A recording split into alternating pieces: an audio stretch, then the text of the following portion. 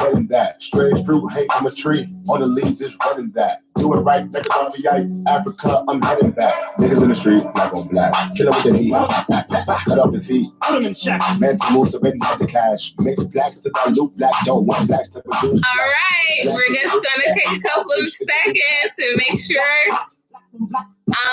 everyone is in. Thank y'all.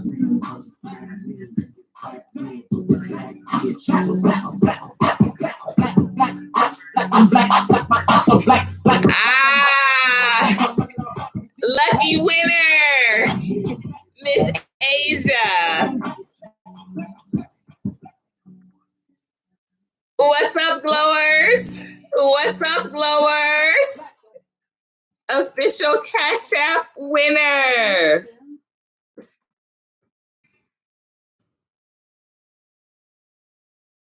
All right, we're just gonna. Oh, Empress Marcy, what's going on?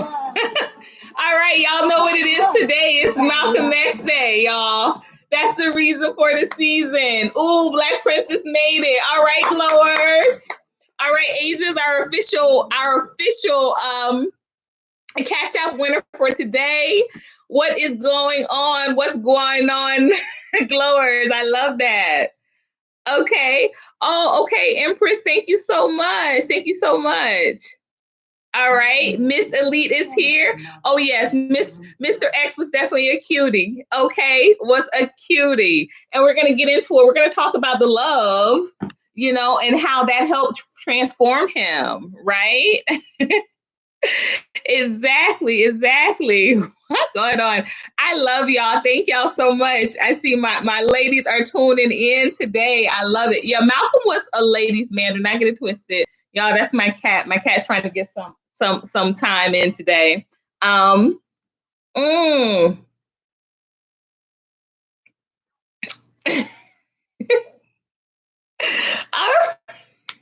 You can, Agent. You can start on it. Y'all, I keep saying, right, every time I'm like, I'm going to figure out how to do this live stream, how to hook up just so that we can, get some FaceTime in here. Every time I say that I'm going to do it, I still haven't done it, y'all. I'm so sorry. Y'all, life just be crazy.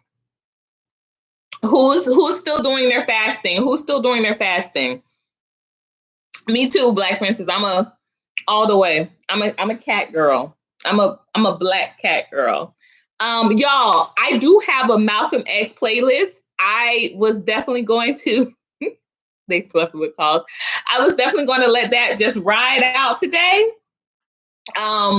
So I didn't have a chance to let it ride out because y'all was ready, and I love that. My ladies be ready. So it is available. It's going to be available for 48 hours, for 2 days, all of today and tomorrow completely on my channel. And it is the MX Day playlist. And I'm telling y'all put this on, y'all hit workouts will be all that. And just so y'all know, y'all, I've been posting my my progress shots on my Facebook. So yesterday I posted my progress on Facebook, and y'all, I had the most views than I've ever had for a story. I had I'm almost up to 1,000 now. And usually I have like 100. But I want to know this, y'all, because y'all feel me on this a little bit. Why all of these people viewed it, right? But they don't comment. Like, is that cringe to y'all? Are they lurking? But y'all, these progress shots were amazing because remember, y'all, the first week Miss Elite, stop it with the Taco Bell. Oh, Miss Elite, you need to Asia, sis, hook up with Miss Elite. Because okay, so Miss Elite, I met Asia on another platform, and I met Asia on another platform, and the platform that I met her on was who Art and I started talking about in the later part of the live that I was on. about being a divorced, woman. And I'm just like, I feel as though when we have like these men that are saying that they're not looking for a relationship per se, they just want kind of better prospects. I think that's disingenuous a bit. I think that you and her would really vibe because you are super smart, super young. She is too. And I think once she talks with you, she'll understand why I had to leave that other platform. Like I had to take a little break because I'm telling y'all, it was something different. Okay, so right,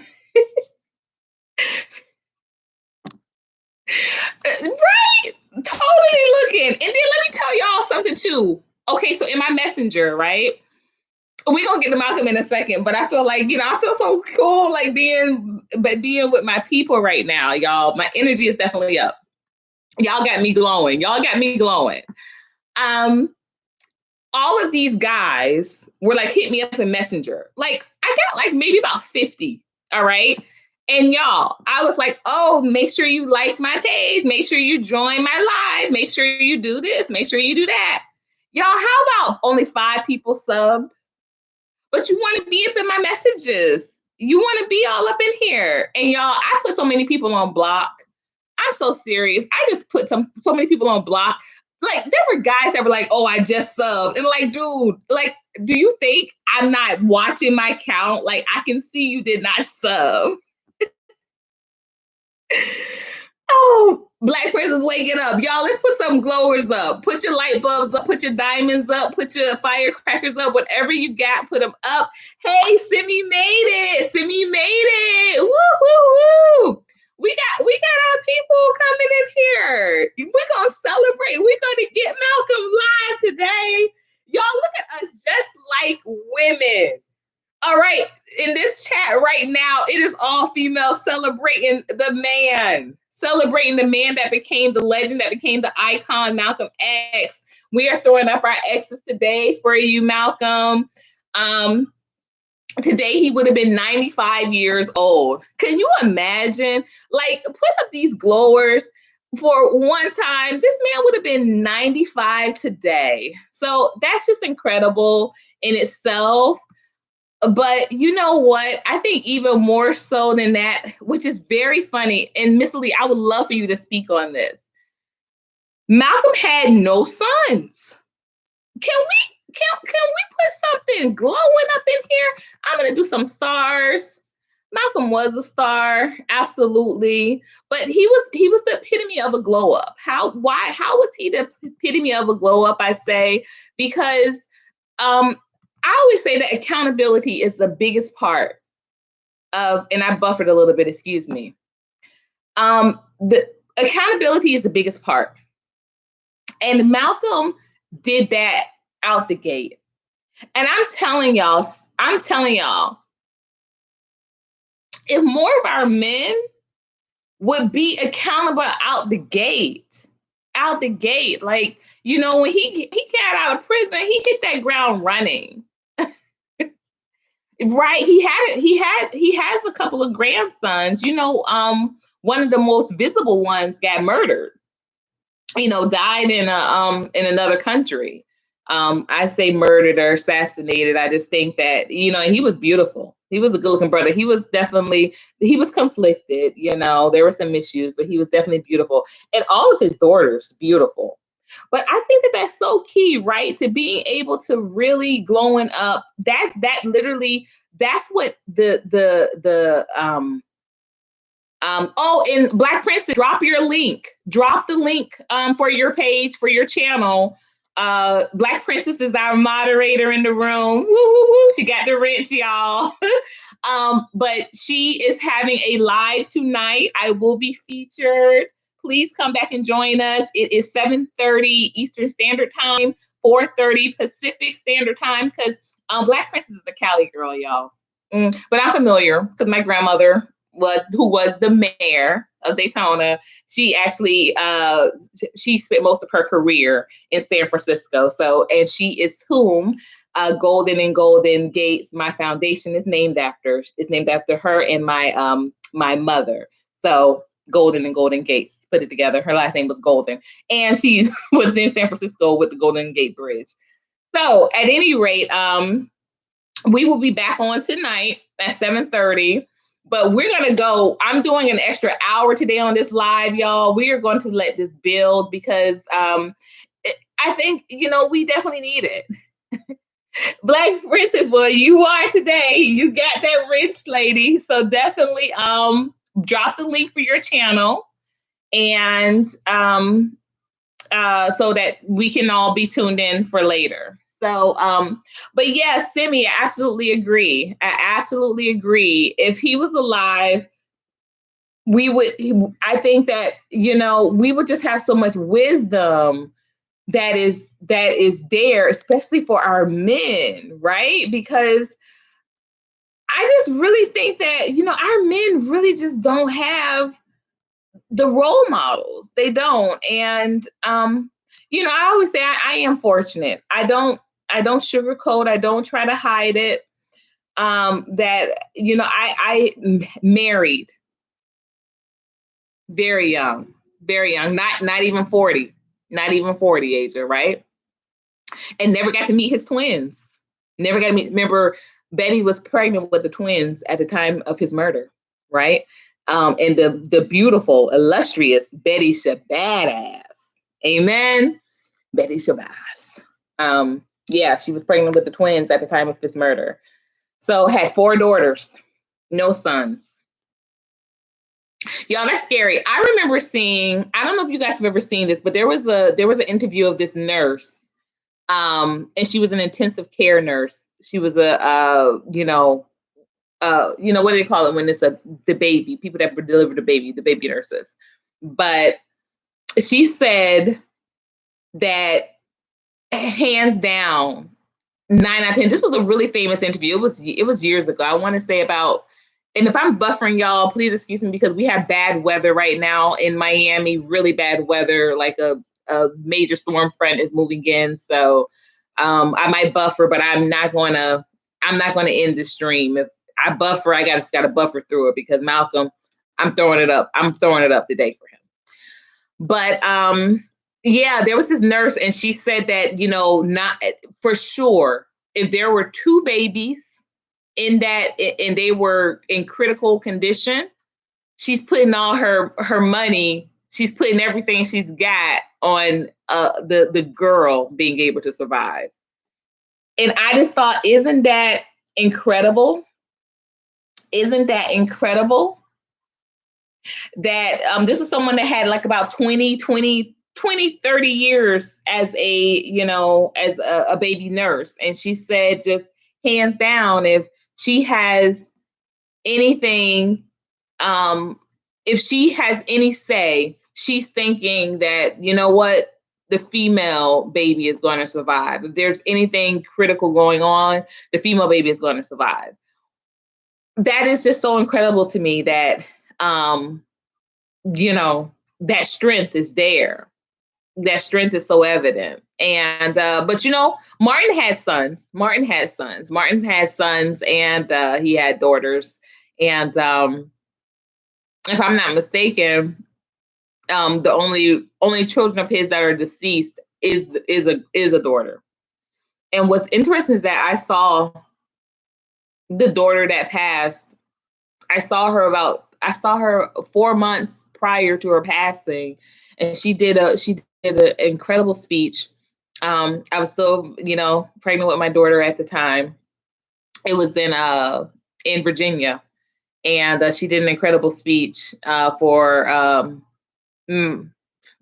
I think it was for Martin Luther King Day. Yeah, because it was a few months before she passed. But yes. May she rest. Absolutely. So, I think I was going to get a fire put up here. Asia, make sure you drop, Black Princess, please drop my email address for Asia so she can make sure she sends me her Cash App link. She was our first glower in the room today. Yes. So So we black on black in here today. I want to talk a little bit about, like I said, Malcolm's glow up and why he has been so prevalent to me. First of all, I want to show y'all something. I hope y'all can see it. Look at that. Not the cat. That's on my wall. And y'all, that's been on my wall for for 13 years now. 13 years. That's my cat, Lightning. Y'all, I have another one. Her name is Stormy, but she's always hiding.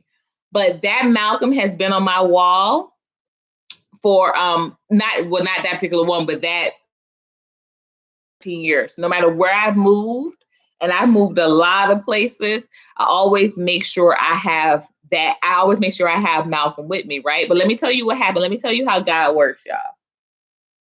So that's it. That's the one by any means necessary. Let me tell you how God works. So if some of y'all know, but if you don't, a couple of years ago, I lost, thank you, Asia. Okay. I lost my home. I lost my home and I was evicted from my home. And the thing was a neighbor of mine and a good friend of mine, Lady Rose, she had bought me for Mother's Day she had bought me a flat screen TV. Yeah, y'all. I have great neighbors here and friends here in Coconut Grove. She had bought me a flat screen. Thank you, Black Princess. Yes. Asia, make sure you email me your Cash App so we can get you cashed out today. So she had bought me a flat screen.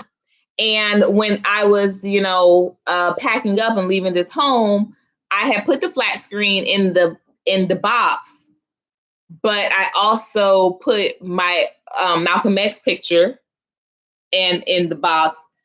And I had Abraham Lincoln too, but Abraham Lincoln, the frame was very bulky, so I couldn't fit it in the box. It was a real bulky frame, whereas the Malcolm X was flat.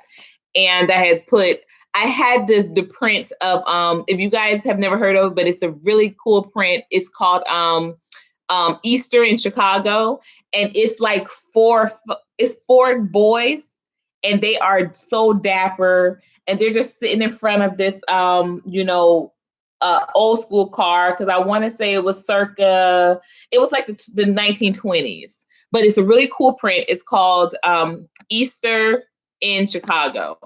At any rate, I put that into the box as well. And so what happened was I wasn't done moving all my things out by the time. And guys, if you've never been evicted, avoid it at all costs, because it's just an incredibly demeaning and embarrassing situation. So I wasn't done moving all of my items out by the time, the landlord came, the owner of the house came to get his keys and that sort of thing. So,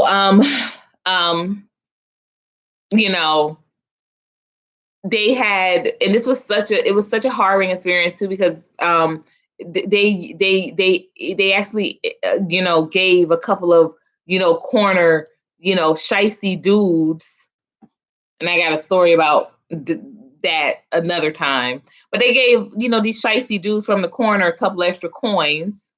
I'm talking about not even like $50 to clear my stuff out of the house. So at any rate, they thought that, it was just the TV in that box. And so when I was like, no, let me get my box, they were like, oh, no, you can't go back in. So they thought it was just the TV. They thought I was going to TV, but no, I wanted that Malcolm X. I wanted my X back, because the Easter in Chicago, I knew I could get that back. That was easy to get relatively, but that particular Malcolm print had been literally in every house that I had been in for almost, like I said, at that point, it was like a decade almost. So they wouldn't let me back in. So basically, because they wanted to steal the TV. So by stealing the TV, they stole the Malcolm print and they stole, the Chicago and the Eastern Chicago. So Literally. So that was like on, I want to say it was on a Thursday. In the last day of school, of course, was on that Friday. My ex-husband picked up the children on that Friday, and we went to an Airbnb. My church put us up. So, y'all, let me tell you, even through that eviction process, like I never was like, it was never no street stuff, never no shelter, just, very, very protected. And, I thank God for that to this day, because I know it could have ended a whole lot differently. I'm a councilwoman here in my area. I've worked with people that have gotten evicted, and it doesn't usually end up like that. So at any rate, literally my ex-husband picked up the kids the next day. We were at an Airbnb. The school last day of school was the next day. He picked up the kids from school. So that Saturday, I went to volunteer with my church. Hello, I'm doing the only right thing. My church had put me up in this Airbnb, so of course I'm going to go, and I'm going to, I'm going to go and volunteer. We were volunteering at they had this. It's a place here that's called the Rescue Mission. I don't know if they have them in wherever you all are from, or wherever you all are, but it's the Rescue Mission, and it's like furniture, it's clothes, it's everything. And so we were in charge of just organizing everything, right? So I was working upstairs for a little bit, and I was working with the clothes. But then they were like, "Oh, can you go and work downstairs with the furniture?" And I'm like, "Yeah, sure. I could work downstairs with furniture. Like, it's no problem. Like I just wanted stuff. I just wanted to get my mind off of everything that happened, really. So I didn't care where I was working, as long as I was like keeping busy. So, but understandably, a lot of people didn't like working with the furniture, but I didn't mind. So I went downstairs. I'm working with the furniture, and I meet this guy, and his name is Leroy. I want to give him a shout out, but he went by Dragonfly. And we're talking, we're chopping it up, and I'm helping moving stuff around, and I'm organizing stuff. And what do I come upon? That. Not the cat, but that. So I come upon that. And Cameron, you made it! Woo! Cameron is our first dude in here today, y'all. Cameron put up one for 305. Yes. And Cameron's from New Orleans. So we're gonna get into it today. Cameron made it. Woo, somebody throw up a glower for Cameron. So that was there. And it's not mine. That one wasn't mine, because mine was literally, I had taken it out of a frame, and it wasn't that frame. It was a thin frame. I had taken it out and I had laid it flat against the flat screen, right? So it wasn't that, because that was on my wall is what that was. And I just couldn't believe it. I was like, this literally was 2 days after the eviction, y'all. So I'm like, Malcolm's like, Courtney, wherever I got you. And so I'm like talking to Dragonfly, and I'm like, oh my gosh, I told him the story. I was like, I just got evicted and and I lost my Malcolm. They wouldn't let me back in to go get the Malcolm friend. I really want this picture. But I'm telling you, this thing was mounted the whole nine. Like, this is a really nice frame. Karen, I love you, man. And so I was like, how much? And y'all, you imagine, I had just gotten evicted, right? So it's not like I had a lot to give. But yeah, he was like $4. Y'all, I thought I heard him wrong. I was like, no, 40. And he was like, give me $4 for it. And I felt bad even paying that little for it, because, it's Malcolm, right? I wanted to give Malcolm all like what I had, which at the time, I think I had about 200. So I was like, I wanted to give Malcolm at least like half of that. And he was like, no way, it's $4 for you. And so I got this mounted Malcolm print 2 days after my eviction.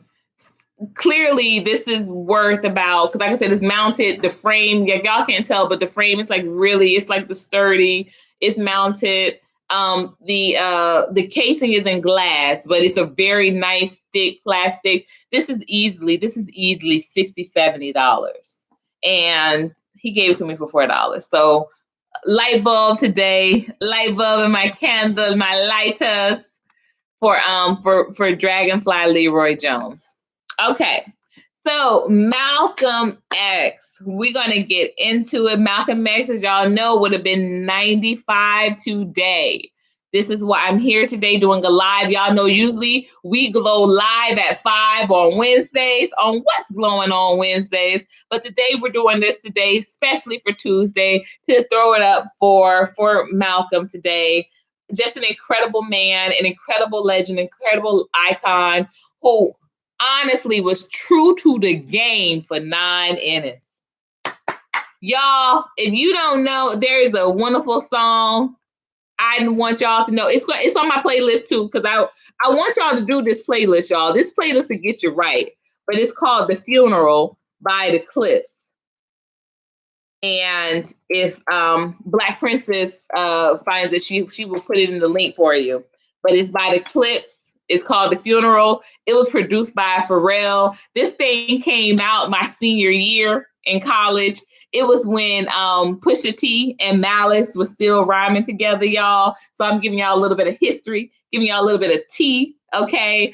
Because y'all know Pusha T and Malice, they broke up, and they're brothers. They broke up, but Malice began to be stricken with dreams. And actually nightmares, not even dreams, nightmares. And there were nightmares about what he had done in his life. And so I really think that that's why that is so perfect. They were a rap duo. They were a rap duo called The Clips. They were a rap group. All right, Cameron, I'm giving Cameron some history. Y'all, Cameron's young, y'all. Cameron's young. So at any rate, y'all, this song came out my senior year at FAMU. It was produced by Pharrell before he was wearing a dress. Yes, I said it. Okay, we're not gonna talk about it for real, but we're gonna talk about it. And this song was everything to me. And so when in Philly, I taught at Girls High, as some of y'all know. You've heard, Sydney, I'm gonna give you some glowers. You've heard of The Clips? No, I love it. You've heard of The Clips? That is so awesome. Yes.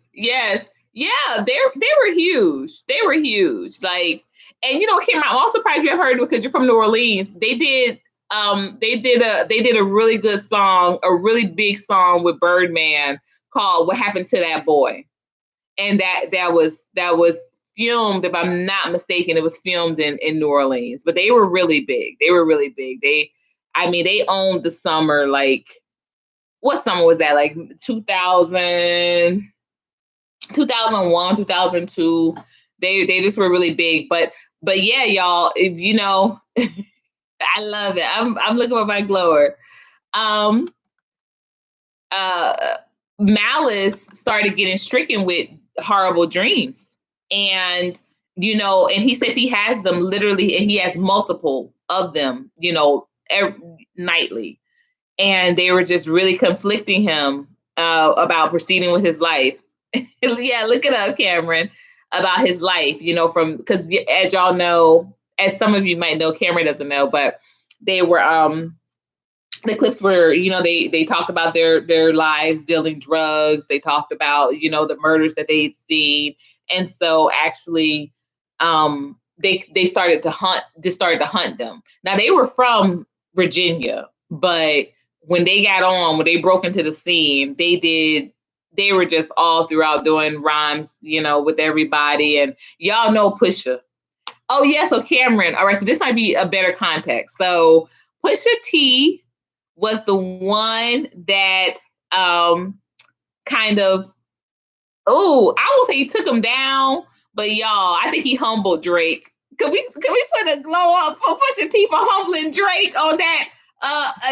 Didn't okay, he humbled him. He didn't take him down necessarily, but he definitely humbled him.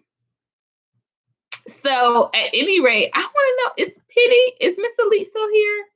Because I definitely I wanted to have another conversation in regard to her, but I definitely wanted you guys to link up Asia. So I definitely hope.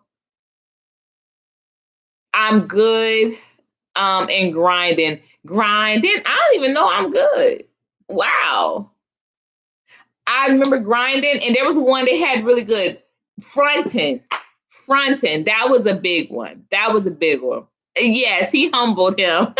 He humbled him. And y'all, you know, I was a booking agent. Like that's literally what I spent the most of my career doing prior to moving down to Florida and y'all getting my glow up has been becoming involved in politics and with being an elected official. But prior to that, I was a booking agent for a little over a decade, a publicist, and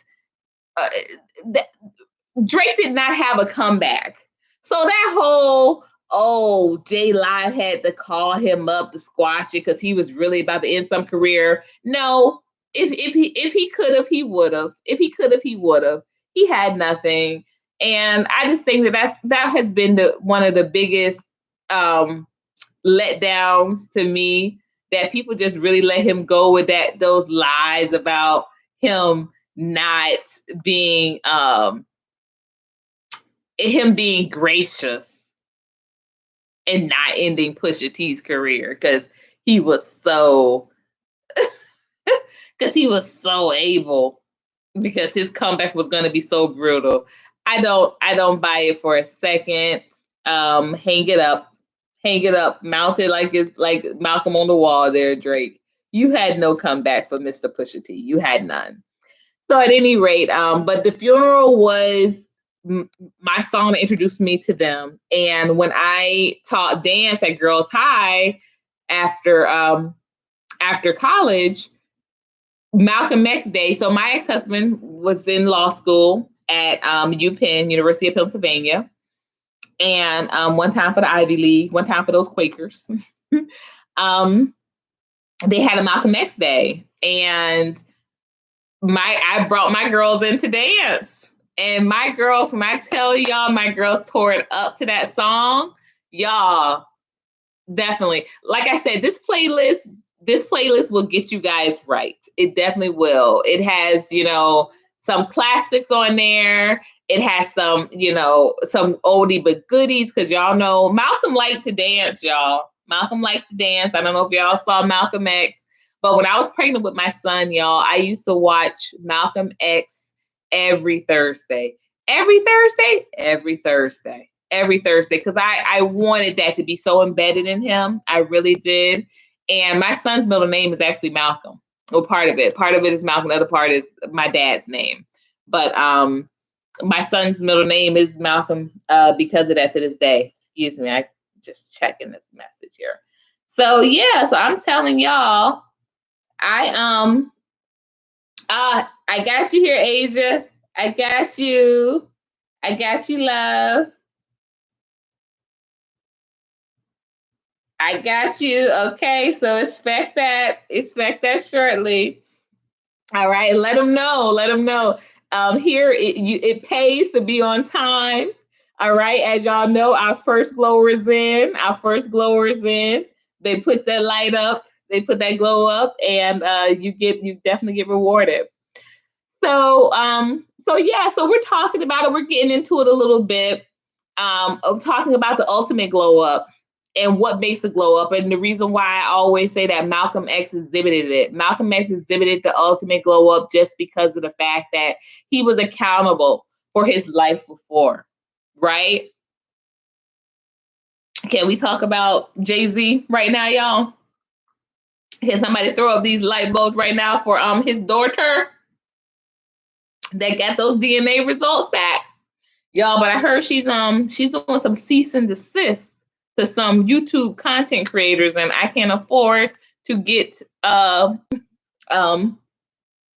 what is it they call to get fined because yeah, I don't have the subscribers carrying me like some of these other channels, but apparently she is sending out cease and desist to some other content creators and having them take down a story. I don't know why, because everything came back confirmed. So, but it might be when things move like that, it's something else working behind the scenes. So maybe Jay-Z and team has reached out and they'll, it's some give and take, like if they can get ahead of the situation. First come, first serve. I like that. I like that. I like that.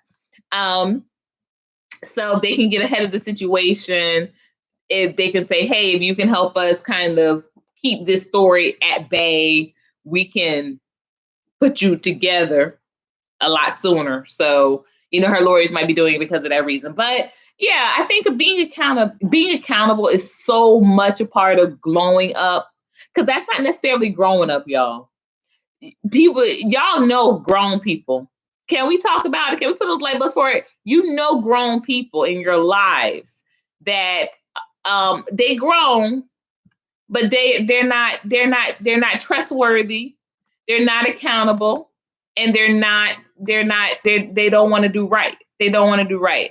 So that's what I love about Malcolm. And I don't know if you guys have read the autobiography of Malcolm X, but that is linked, y'all. That is right now on my playlist on my channel, the complete audio book. If you want the link, I will send it to you. You know what I'm going to do when I post this? I will definitely I'll link it.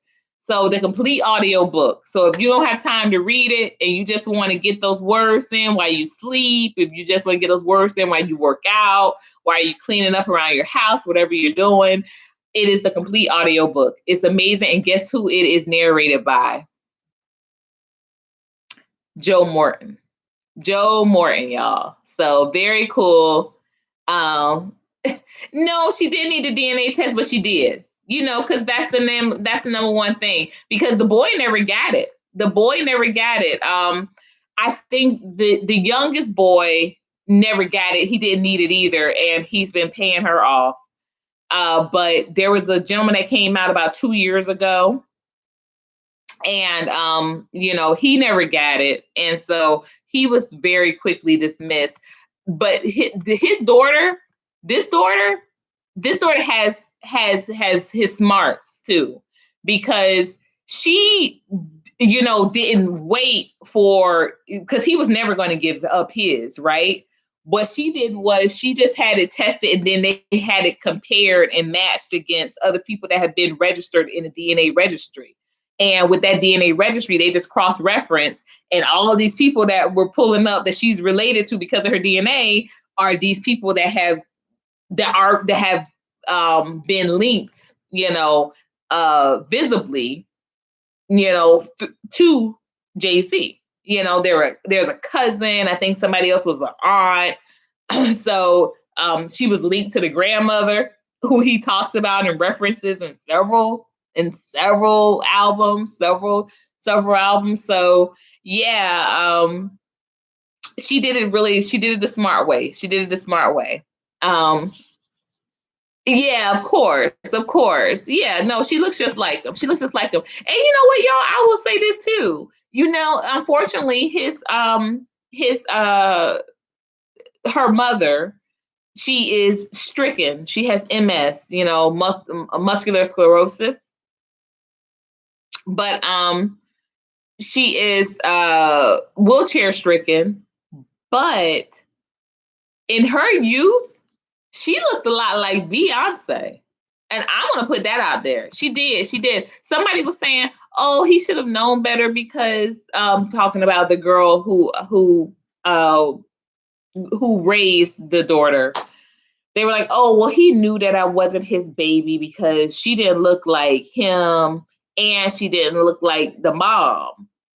And I'm like, okay, but you know who that mom did look like?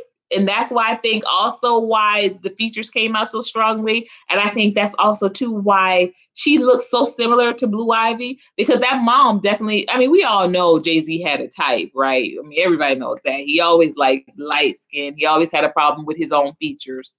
So he was never going to get, yeah, come on, put that up, right? He was never going to get someone that had what they call it, a four nostril nose, four finger nostrils. And he wasn't going to get someone, you know, too brown.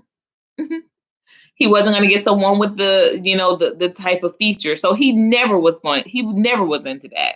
And all of his past and all of his women say as much or show as much, right? But we can definitely say that that she looks just like him. Yeah, she definitely wants to keep up an image. And I think that's really unfortunate, because to even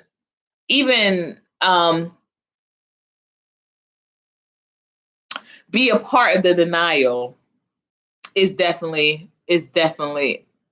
oh, you think so? Like, Princess, you think she gonna come out with this in her next album and do a victim of she be doing those victim, she does a victim march so good, doesn't she? She does these victim marches and everybody be behind it, and then she still don't go nowhere. Y'all, it's always been hilarious to me. It really has. Y'all, have a quick story time before I get back into Malcolm, because I want to get back into some of Malcolm and Betty Shabazz and how I think, well, we're right on target, because we're talking about Beyonce and Jay-Z, right? And if she was really the type of woman that she should be, she would challenge him. Yes, victimology. She would challenge him to do the right thing. But instead of challenging him to do the right thing, she remains, you know, quiet, and she might be doing some money things behind the scene, but for the most part, she remains quiet, right? But do relationships help you glow up? And I think absolutely yes. If you're in a relationship that does not enable you, but it challenges you, right? It challenges you. Yes, it challenges you. Agreed, Black Princess. And I love that with Betty and Malcolm, because y'all know Betty and Malcolm were okay. Like, yes. It's thank you, Simi. Thank you. Thank you. I tell you, for many years, you know, I was like, hey, Betty, I wanted my name to be Omega Badass, right? Because of her, not necessarily because of Malcolm. And let me tell you, I respected Malcolm so much. Love Malcolm, think he's beautiful, right? But the real like respect came when I learned more about how he treated her. That is the real. That's where the real respect came from. Because thank you. Beyonce has no clue. Exactly. Simi, you are saying a whole word today, sis. I am loving it. Simi, I always love your presence. You know, ever since you put me onto that Hey Girl, Hey, we've been rocking. I love you, lady. I really do. So you're bringing the presence, and I'm missing that a little bit today, because y'all know my normal lady isn't in here. Passion is not here right now, but I always love to have my older sisters feed some wisdom into the room, because that's so key and needed. And y'all, I want to be very honest. Oh, gorgeous, sis. Thank you. I want to be very honest. That's not something I looked for in my youth. Nope, I didn't. But Black Princess, she knew he had kids. Like, come on. Everybody knew that. I mean, ever since I was in, I want to say college, I remember the stories about the little boy. It was a little boy. I remember the comments about the little boy. He was a little boy then. I think he's about maybe about 13 or something now, 13, 14. But he was a little boy then. But there were pictures of him like at 4 or 5 years old. Everybody knew about that boy.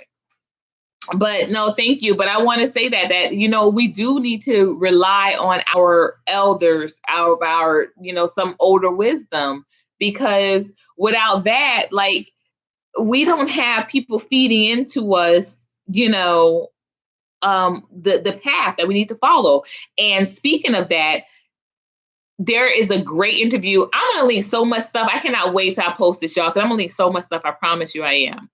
And y'all, if I don't make it into, because what happens is after the stream ends and this automatically posts, like, we can't change anything.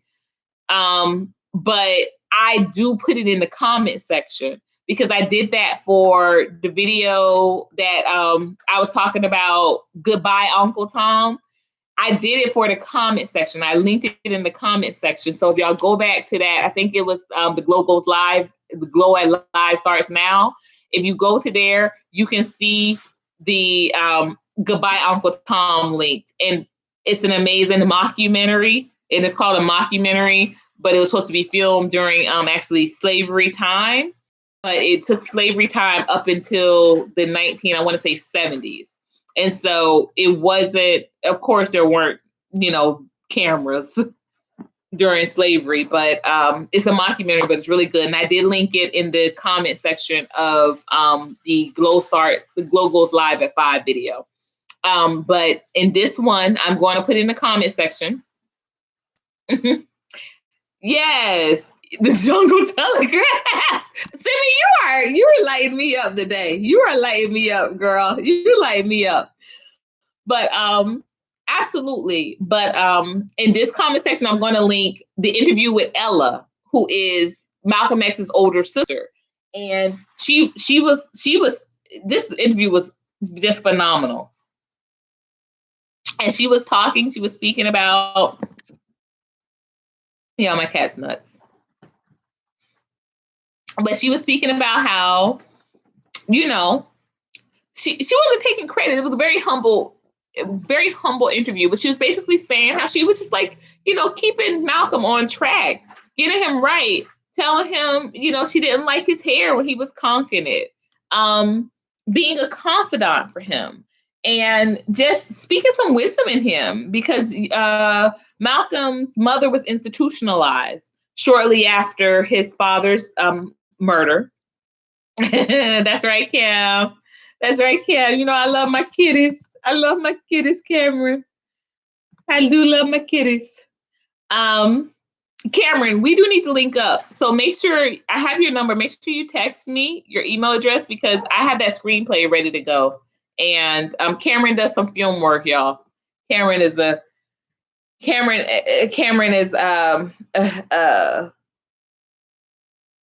I'm going to look at him as being a director of this screenplay I'm trying to get sold off, y'all know. So make sure you text me your email address, Cameron, because I got to send you over that information. But cat's going crazy. But yeah, we do need those elders feeding into us. And I think that particularly Malcolm welcomed that, whether it was the gentlemen that were there while he was in prison, to his Simi, you are quick. Yes, he does. I have the best story of how me and Cameron met, and it's been now, what's it been, Cam? It's been about 4 years now, right? So cool, because he's from New Orleans, and he had on, are you just a Saints fan? Are you are you a Saints fan? Or are you from New Orleans? And he was like, no, I'm from New Orleans. And we chatted until our trains came. And because I think we were going the same direction, but two different trains, because here in Miami, like they have one that goes out to the airport and one that goes that goes a little further. And we were connecting, my kids and I were connecting that day. Oh, was it just me that day? I think it was just me that day. I don't think my kids were there. But I was going to Broward. I was going to Broward that weekend because I was visiting my sister in Broward. So I was going to the one that went further. So look, Cameron remembers. And so we connected and I gave him my information. I was like, we've got to stay in touch. We've got to stay in touch, because we just had such a cool little conversation. And, and I'm telling you, he's been so supportive, y'all, for every little thing. He's been so supportive, and it's been 4 years now. So Cameron knew me before I was a councilwoman. He was there at a couple of my campaign events when I was on the run. Okay, not like Beyonce and Jay-Z, but I was on the campaign hunt. And then we eventually became party mates. We're on the same political party. When we met, we were not on the same political party, but now we're on the same political party. So cheers, Cameron. And I haven't seen you in like a year since the last Chinese New Year. And that's another thing too. Cameron always makes sure that the honorable councilwoman gets great access to the Chinese New Year on UM's campus. My kids love it. Y'all, we get VIPs. We get to the front of the line. We get the bubble tea. He introduced me to the bubble tea. And we get all the special sushis. He makes sure that your girl gets access. And y'all, you know what? I wasn't going to say this because it's Malcolm X Day. I wasn't going to say this. But no, Cameron he's not a black man. He's not a black man, y'all. And that hurts, but he looks out for me. I'm the OG on the run. Amen. Yeah, I'm the OG on the run. Her on the run tour happened. Their on the run tour happened before I ran for office, though. But yes, I was on the political run. But Cameron is not a black man, and he has definitely has looked out. He definitely has looked out. I love you. I love you for that, Cam. We make sure that we get taken care of. We get special. We get VIP treatment on that campus.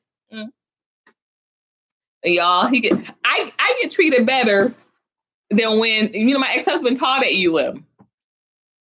I get treated better now than when I did just by being the wife of the professor. So it does go away.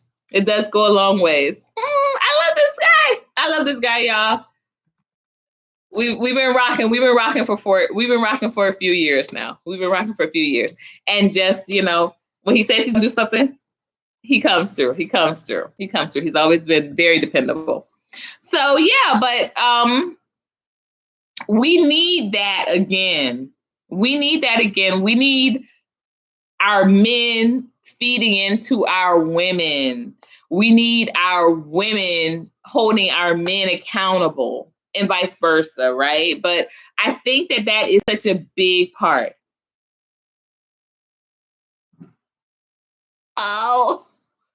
Oh, we got to talk about that later, Cam. How long were you there? How long were you there in Taiwan? We got to talk about that. How long were you there? Oh, those boba teas were so... Let me tell you, the first year that I went to the Chinese New Year with Cam, I had just broken a fast. Cam, I'm back on another fast. So we might need to get sushi when this is all over. I had broken a fast and I had that boba tea. Oh my gosh. It was like heaven. It was like heaven because y'all, I hadn't had any food. I hadn't had nothing until that Chinese New Year day. So, and I think I didn't even have a lot of the sushi that day. But when we had that boba tea, I was like, damn, this is so good. I want to get some more. So we went back and we got how many? I think we got like 4 more. It They were so good. They were so good. I was like, I gotta get some more of these. But yeah, we do. We need more of our men and women feeding in, and I think that was a big part of why Malcolm was able to glow up the way he was, because he welcomed Betty's presence and influence. And y'all, Malcolm wanted that too, because he had lost, his mother in the formative years of his life, right? And not that he lost her physically, but he lost her like psychologically, right? He lost her. She was still alive, but she wasn't able to connect with him, because he always talked about how smart she was. He did, before everything happened with the dad. So yeah, so then Ella, his older sister, was the one who was raising and feeding into him. And then and then of course Betty, when he met Betty, things just went to another level. They went to another level. And I love reading about their love story, y'all. Because Malcolm wasn't out here like Martin. Y'all, I'm gonna put it up. I'm gonna say it. I don't care. I don't care who's gonna say it. I'm gonna say it. Malcolm wasn't out here like Martin. Because that's some embarrassing stuff. You just don't know who and what your husband is around here, laying down with. And the reason why I can talk about it and say it's embarrassing, because y'all, I did it. I did it. I did it. It's embarrassing. It is. And I think that that's one of the things that hurt me the most, is that, there was never any ownership or accountability on his part with it. There was, I think that also too, Coretta, God bless, God, may she rest in peace. I think that she also just had a twisted view of men because of how Martin treated her. Can I get a hello? Can I get a light bulb? Can somebody throw up a glower in here? Because now she nor Betty Shabazz ever remarried. Does memory serve me correct? Did they have Mary J. Blige playing Betty Shabazz in a movie? Yeah, I didn't watch it. I didn't watch it. Never. Y'all, and I don't care who gonna come for me with this. It wasn't right. It wasn't right. No. Okay. I'm back on it. Anyway, what was I saying? Y'all, come on now. They did Betty wrong. But yes, I think that Martin, they never remarried, neither one of them. But I think Martin gave off an energy to Coretta that made her think that all men did this. Because I remember I met someone when I was running for office. I met someone from NAACP. And y'all, let me tell y'all, NAACP is a joke. And I don't care who is in here and has a problem with me saying it. It is. It's a joke. But I was talking to him about, because he talked about how he spent some years in Atlanta working with Coretta Scott King, the Honorable, on, of course, Angela did it better, but I think Mary J had some rights or something in the movie. But I think Angela played Coretta in that movie, though, didn't she? Somebody, you know what? Maybe Black Princess. Maybe pull up a link. Maybe let's find a link to the movie, because I didn't watch it. I refused. When I found out Mary J. Blige was playing Betty Shabazz, I was like, I'm done. Just like I didn't go see that Harriet crap. Kidding me? If y'all don't get Viola Davis playing some Harriet Tubman, and rumor had it they wanted Julia Roberts up in there. Just total foolishness. Anyway, yes, I think that what happened was, she gave off an appearance to he gave off an appearance to Coretta that all men were like this. And that just is not the case. It's not the case. And here Malcolm was right there, but still she had this kind of idea that, hey, men, that's just what they do. They ain't around here cheating. Now Betty didn't get married again, but I think that was out of just sheer respect for Malcolm, because who gonna come after Malcolm? I don't think Coretta didn't get married because of out of sheer respect for Martin, because rumors had it that she still, she had someone in the wings.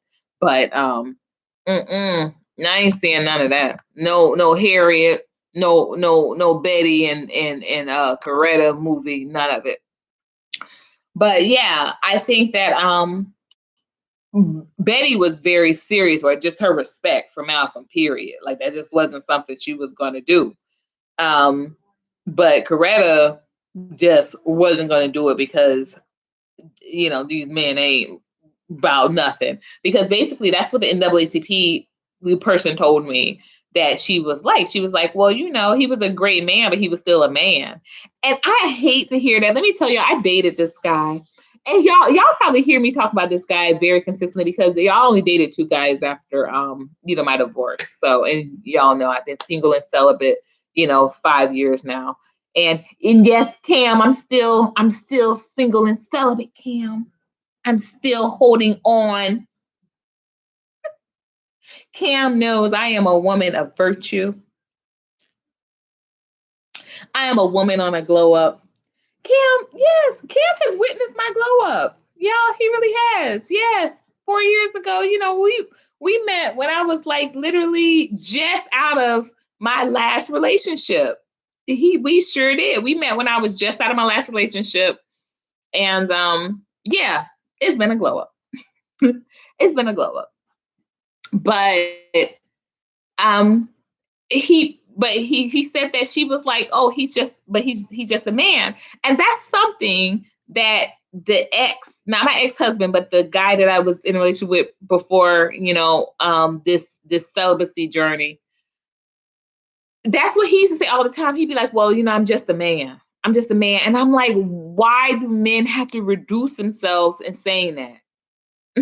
Thank you, Cam. Thank you. Why do men have to reduce yourselves with saying that? I'm just a man. No, instead of saying I'm just a man, be like, I am a man. I'm a man. Because y'all, people can say whatever they want about my ex-husband. They can say, oh, he was a simp, whatever they want to say. But to me, he was a good man. He was a good man. Let me tell you, my ex-husband never cursed at me. He never beat me. None of that. After, finding out about the infidelity, we held on for a few more years. We did the counseling and the whole nine. And, I think that he held on to, he couldn't take it no more. He couldn't take it no more. And it wasn't because he couldn't take the fact that I had done this. Excuse me. He held on because he wanted to see me doing the change. And I wasn't changing. Like I was changing, like I wasn't sleeping with no one else, but my attitude was still just so messed up. And y'all, the accountability, once again, is a part of that glow up. And I wasn't willing to be accountable. Like I was willing to say, I'm sorry. Yeah, I was willing to say, I'm sorry. And I was willing to,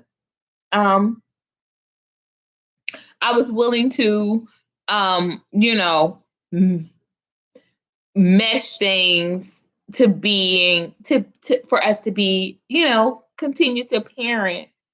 But yes, exactly. And that's what it is, that he never had no real, these men that say that, they have never had a real man figure in their life. They didn't have a real figure in their life to show them.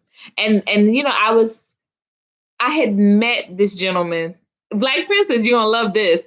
I had met the last guy that I was in a relationship with. I had met him at a Umar Johnson interest meeting, because remember I told you I was organizing an event to bring Umar Johnson down here to Miami, and he came to that meeting. And so apparently we have both gone to see Umar Johnson speak, but on 2 different days. He went, I think, on a Saturday, and I had gone on the Easter Sunday. Literally was Easter Sunday that year.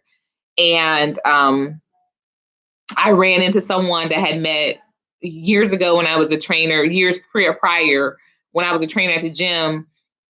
And he was like, oh, I have a whole group of people I can organize to, raise some money to get them to come down. So I was like, okay, cool. So when he arranged the meeting, the gentleman I was dating was a part of it. Hey, Art made it. Art, you came at a good time, Art, because we are talking about when men say, thank you so much, Art. Art has a channel. Black Princess, make sure you drop Art the link to Art's channel as well. Thank you so much. We're talking about the glow up of Malcolm X and how him being accountable aided in that glow up. And we're talking about how when men say things like, well, I'm just a man, how that limits them as opposed to appreciating the type of man that they are, the type of man they could be. We were just comparing Malcolm X and Martin Luther King and why that glow up, why Malcolm is considered to me the epic glow up and Martin was not, an epic glow up to me. Martin was, he was consistently a good speaker, but I don't think that he actually had a glow up. I think Malcolm represented that because there was a visible transformation. There was a visible transition. He went from being this, hustler, street dude to being definitely revered amongst peers to being global. There was international. His glow up was epic to me. So, when I think of glow up, I don't want people to think of glowing up as being just for, thank you so much, Black Princess. You're doing amazing. I'm going to, whatever I'm paying you, I'm going to pay you double. But he went from, when people think about glow up, I think that, most time we think about, females, but he is my my glow crush. Malcolm X is my glow crush. Let's make that a hashtag, glow crush. He is my glow crush, when I think about a glow up. Hashtag glow crush. So that's our challenge this week, y'all. So y'all have my email address. Black Princess is going to drop it again, but I want to know, who's your glow up crush? Like, who is someone that you look at in your life that you can look up to that has made just made that transition? And I'm not talking about they acquire more money, because remember, Malcolm, that wasn't the case. Malcolm didn't die no millionaire, y'all. Let's talk about it. But his glow up, his transition, his value as a man went beyond. It went beyond just being a man. Like I said, this person became an icon, a legend. Okay. So let me see what you were saying. I'm going to get to these comments. Okay, looking forward to listening to the conversation. Sounds really interesting. Every saint has a past. Every sinner has a future. Absolutely, Art. But the question is, some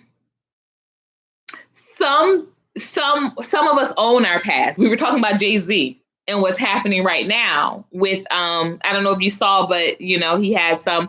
Hey, Simi, Art is across the pond as well. And yes, Art, happy belated Haitian Day, Haitian Flag Day. Happy belated. Sorry, I didn't mention that yesterday on your channel. But Art is across the pond as well. Mm-hmm. So I'm a triplet, Black Princess. Because you're doing awesome. You're doing awesome. Thank you so much. You're just keeping the room moving. I appreciate that. I really do. I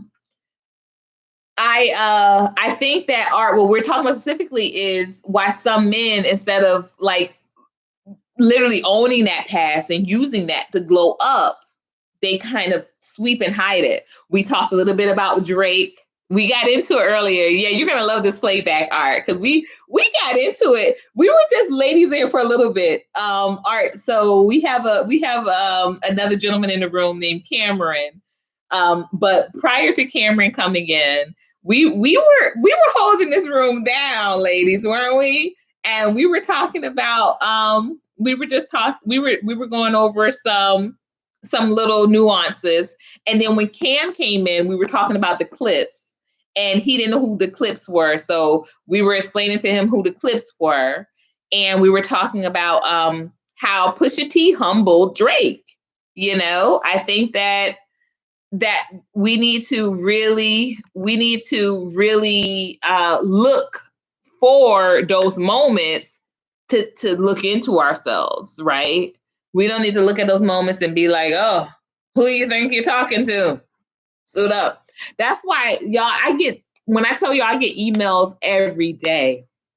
I get emails every day, y'all, because y'all know I'm a councilwoman. I sit on a few boards, and I get emails every day, and people are like, you shouldn't be talking about, what you were doing. People talk.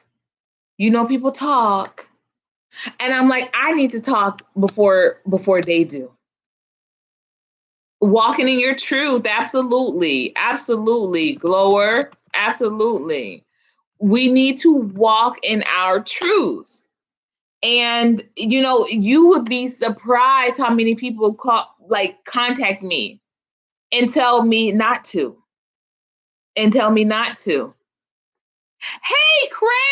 Craig, thank you for making, now we got a few men in here. Now, Craig, you are a married man.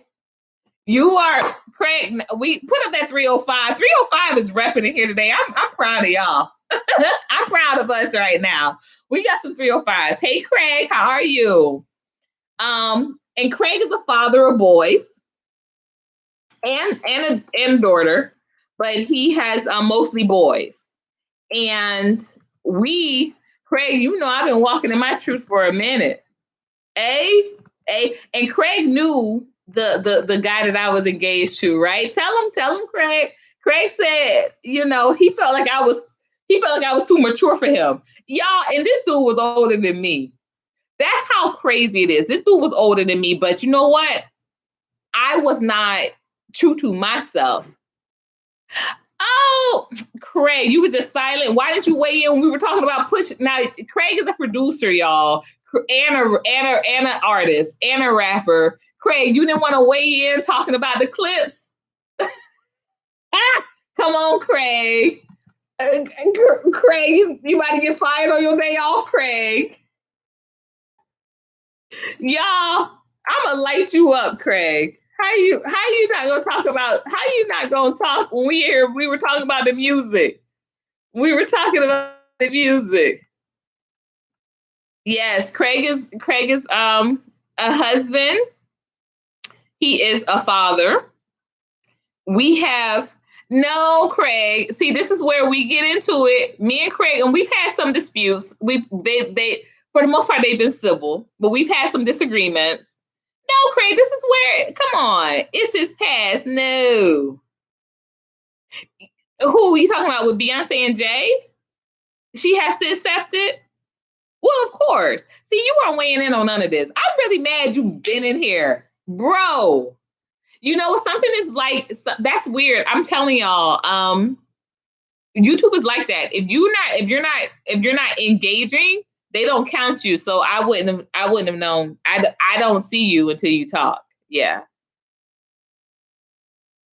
We do. We have. And I've known Craig. Ooh, Craig. I knew Craig before before before the breakup. It's been about 7 years now, Craig. Oh, wow, we have some history. Because I literally met Craig when me and the gentleman started dating. So about a year after and after we started dating, we've been broken up for 3 years, 4 years. Yeah, and we met it's been a long time. Y'all getting me in my math here. It's been a long time. We have. Because me and the gentleman dated for 3 years and we were broken up 4 years. So it's been about 7. Yeah, it's been about 7. Unapologetic. No. Craig, I'm gonna get you. Craig, I do apologize. I do apologize. I own up. If I'm wrong, I own up. If I feel like I'm wrong, I own up. But yeah, I try not to be wrong. I try not to be wrong. I try.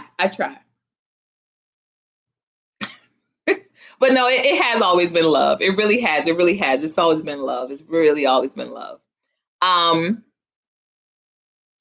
That's what I'm really on, though. That's what I'm really on. Thank you. Craig, put that glow up for me. Craig, you better fire your symbol. Put that glow up for me. Amen. He can attest to it, y'all. He can attest to it. There definitely been some moments. And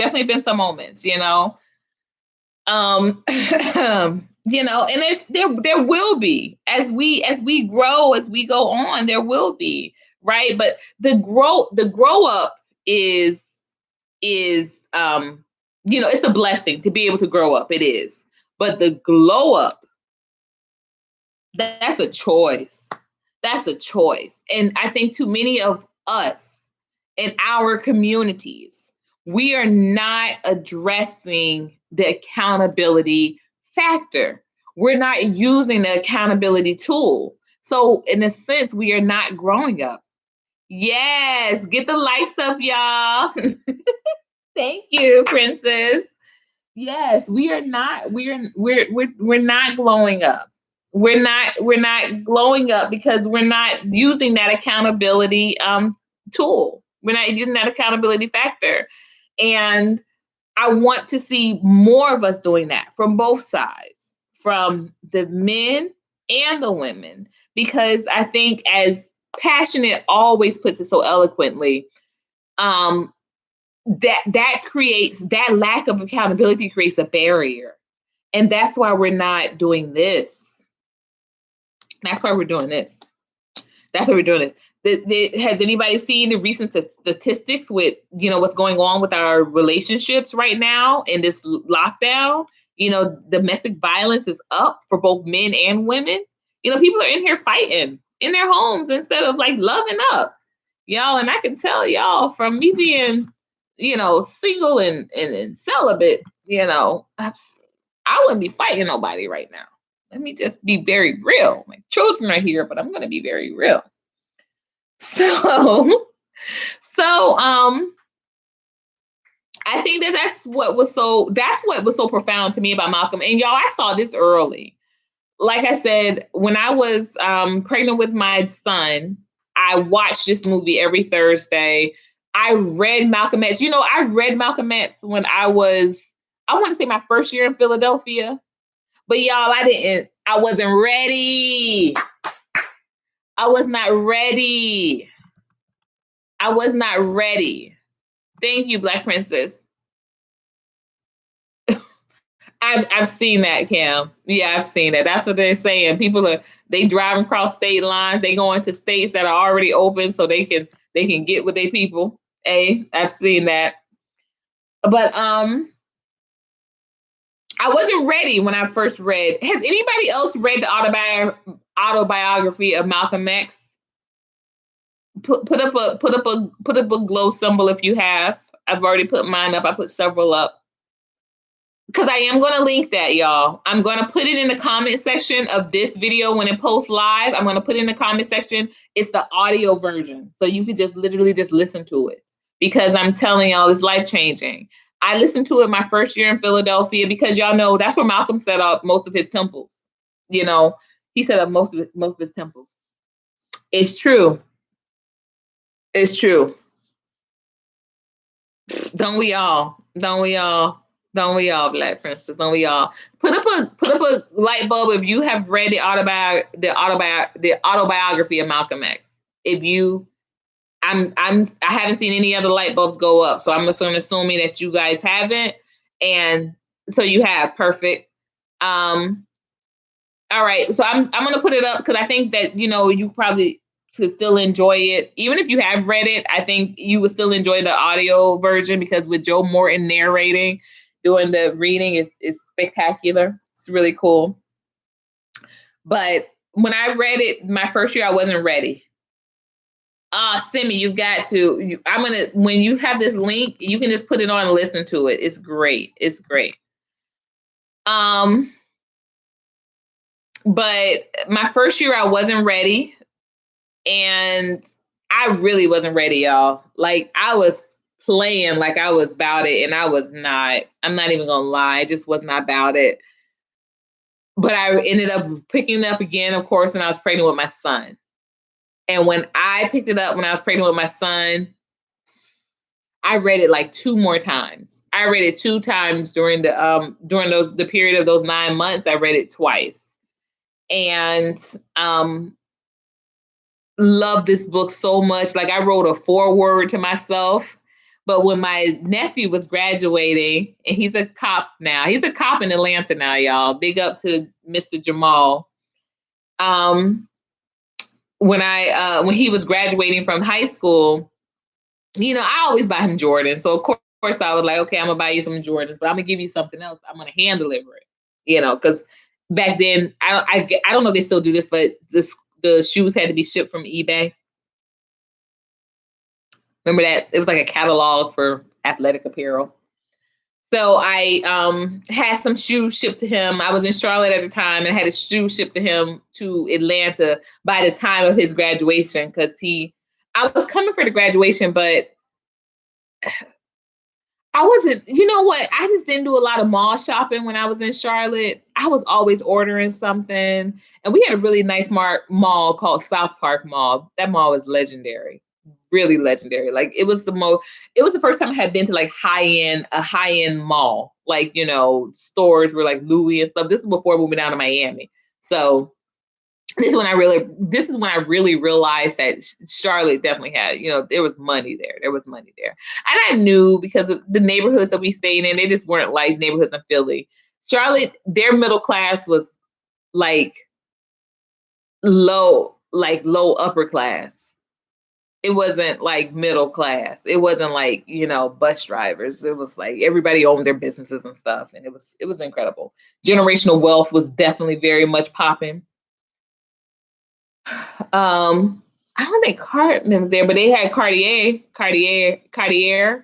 was there. They had, like I said, they had a Louis Vuitton store.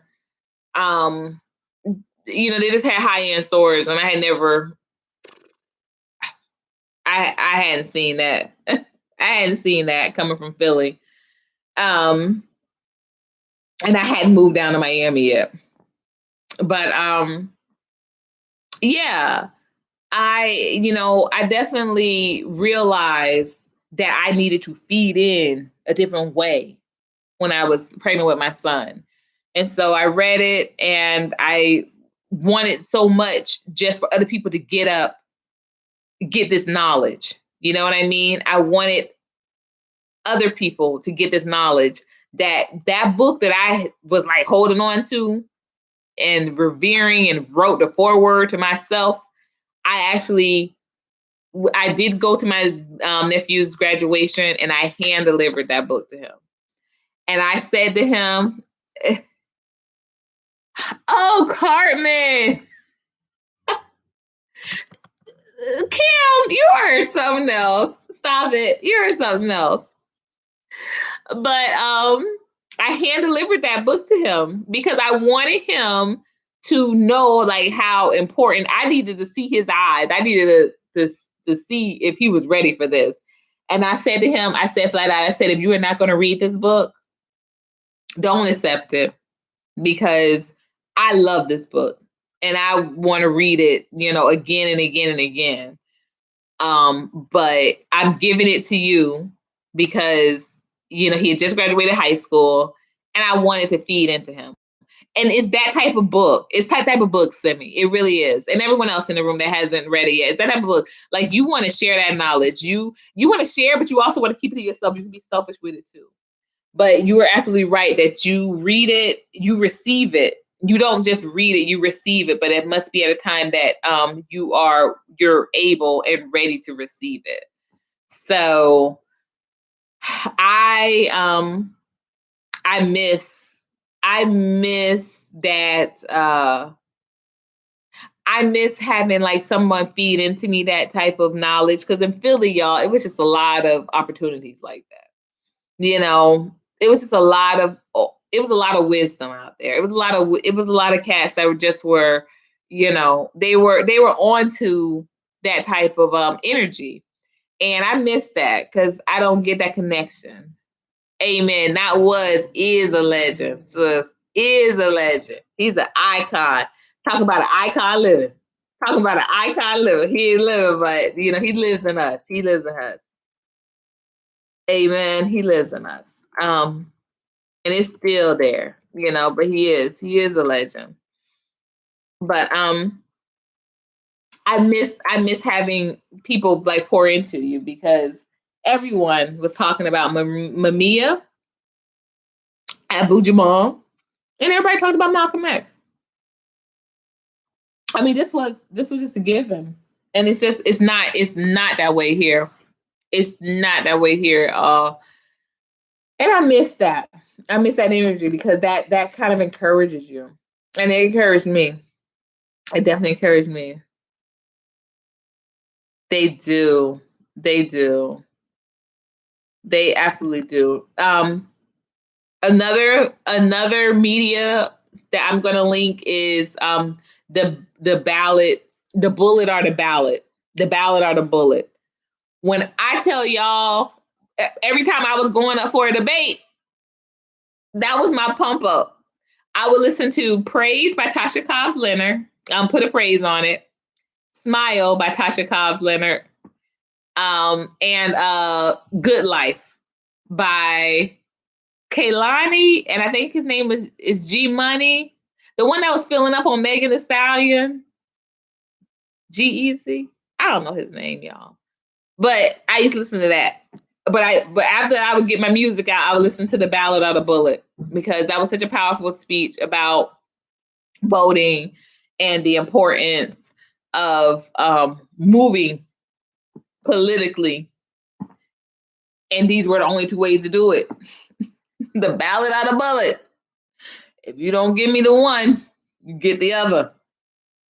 Malcolm was about it. Hey, Lord made it. Lord, this is my first time seeing you today, but you're going to be tonight on Black Princess, right? Black Princess, drop your link again for the show tonight. Y'all, if y'all like what you're seeing and you like the energy, because Black Princess has great energy too. She does informative pieces. Love, and I always love her her profile. Her profile is so sweet. It's like the sweetest thing. But if you love how the energy is vibing in here, she has a channel. She's doing a live tonight, and I will be a proud guest on it. And so I am looking forward. I am looking forward to joining tonight. This has just been a real, when I tell you the past 2 months or so in these YouTube streets, as they call them, it's been a real glow up. It's been a real glow up. I've just met some real cool people to vibe with, network with, from art, who I met through Black Princess's channel. Simi, Simi and I met. I was commenting on a comment about Trina, but the intent has really been there to grow this glow. And y'all, and if it looks like this is a slow building channel, it has been. But that's why I tell y'all, if I'm reaching you, if you're liking what you're hearing, please share this. Let's grow the glow, because I'm doing this not necessarily by uh quantity. I'm really building this with quality. I'm really building this by oh wow. Y'all gotta explain that doxing to me too, because somebody else is talking about doxing. I don't know what that is. But I'm really trying to build this channel like organically with people that, I'm really flowing with, Y'all know that this is not amen. Get your crowd ready for tonight, y'all. This is not, I don't do that gossip. I don't do rah rah. Let's fight, let's argue over here. What I do really is try to provide a forum that we can talk to one another. We can be accountable. We can share. We can celebrate wins, y'all. We can celebrate gains, our losses. Okay. I'm down 11 pounds in 2 weeks, y'all, since starting this fast, actually. And I'm really super excited because this past week I incorporated HIIT workouts. And y'all, I can see the difference like daily. I just really feel like my old self is coming back. And y'all, I'm on Facebook. I am on Facebook. Thank you, Lord. Thank you, Lord. Thank you, Lord, too. Hi, Beck. I love your name too.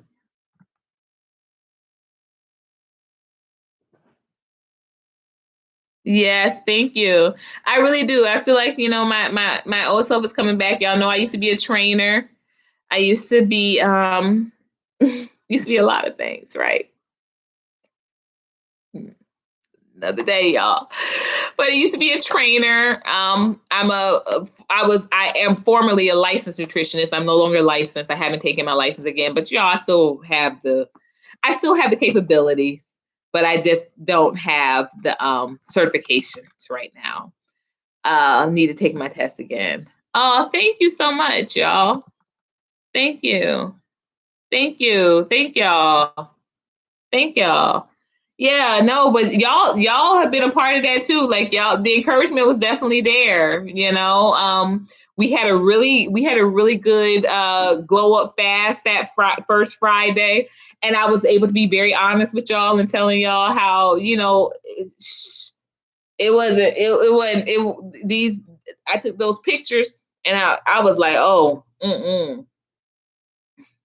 it helps when you have a group to be accountable to. It really does. I mean, as a former trainer, I can tell y'all it's the truth. If you don't have anyone that you're checking in with and someone who's checking up on you and you don't feel like nobody's watching and you ain't doing, 9 times out of 10, you're not going to do it. You're not going to do it. But because, I have, this is a great group. This is a great group. And because, I knew that, a couple of us are on a journey together. And y'all, I have a Facebook friend that's on the glow up journey.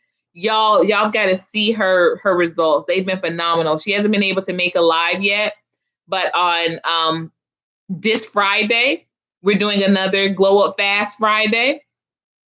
Y'all, please come in, because I'm telling y'all, the glow is growing. The glow is growing, and people are asking me now, which, I knew that was going to happen. When you first say you're going on a fast, nobody's really like trying to do it. But as they see, they're like, what are you doing? And I'm like, this is it. So y'all know I posted the picture yesterday on Facebook. Oh, on Facebook, y'all, I'm Courtney Omega. Please join me. I usually I have 5,000 followers max, but I literally just purged my list yesterday. I told y'all I had like 50, 60 people message me, and you can't follow me. You can't sub my channel. canceled. So I have some space. That's what I'm saying. So if you're on Facebook, please. Thank you, Lord. You know what, Lord? I am you're gonna be a moderator. I don't know how to do that on this while I'm live, but I'm gonna figure it out. You're gonna be a moderator because I see how you definitely are always supportive, and I love how you keep the vibe going also on Black Princess's channel. So I definitely will be making you a moderator for so moving forward you will be a moderator. I know how to do it on the playback. I don't know how to do it live. So I will make you a moderator on our next go round. So we're an hour and a half in, y'all. Thank y'all for rocking with me, for staying with me this long. Y'all know I usually do just the hour, and I let y'all go on y'all way. I want to give this a little longer time to appreciate because of the fact that it is Malcolm X Day, and I'm throwing it up for Malcolm today. And also because Black Princess, we're back on it tonight. So I'm like, you know what, we gonna do it. We just gonna do it. We're gonna go all out today. And I do have a council, not a council, but I have a panel meeting this afternoon at 5:30. So I wanted to at least give y'all to 2:00 so I can get my workout in before my board meeting, and then or my panel meeting, and then I can be all ready for Princess tonight. I'm excited, y'all. I'm excited about Princess. I'm excited about the topic. So I am definitely glad. Definitely glad.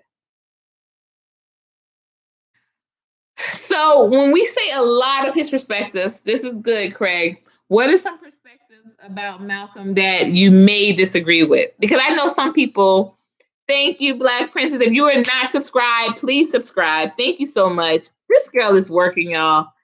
I'm gonna give my girl, my moderator, my queen. She's a princess, but she's a queen. I'm gonna give her some glows. Oh, and you know what I was thinking too, y'all? It was very evident that people don't like the advice from elder influences with the whole Little Kim and Nicki Minaj situation. Because I don't know if you guys saw, but it's kind of rehashed since Usher made the comment that Nicki Minaj is basically a product of Little Kim. And the barbs are coming for Usher. The barbs are coming back for Lil Kim. Lil Kim didn't even say it, but they still coming for her. And it does go back to that. And, I was on Saucus Ray's channel yesterday. Y'all, please. And Black Princess, I sent you her channel. I don't know if you have it in the link, but thank you, Black Princess. Kimberly made it!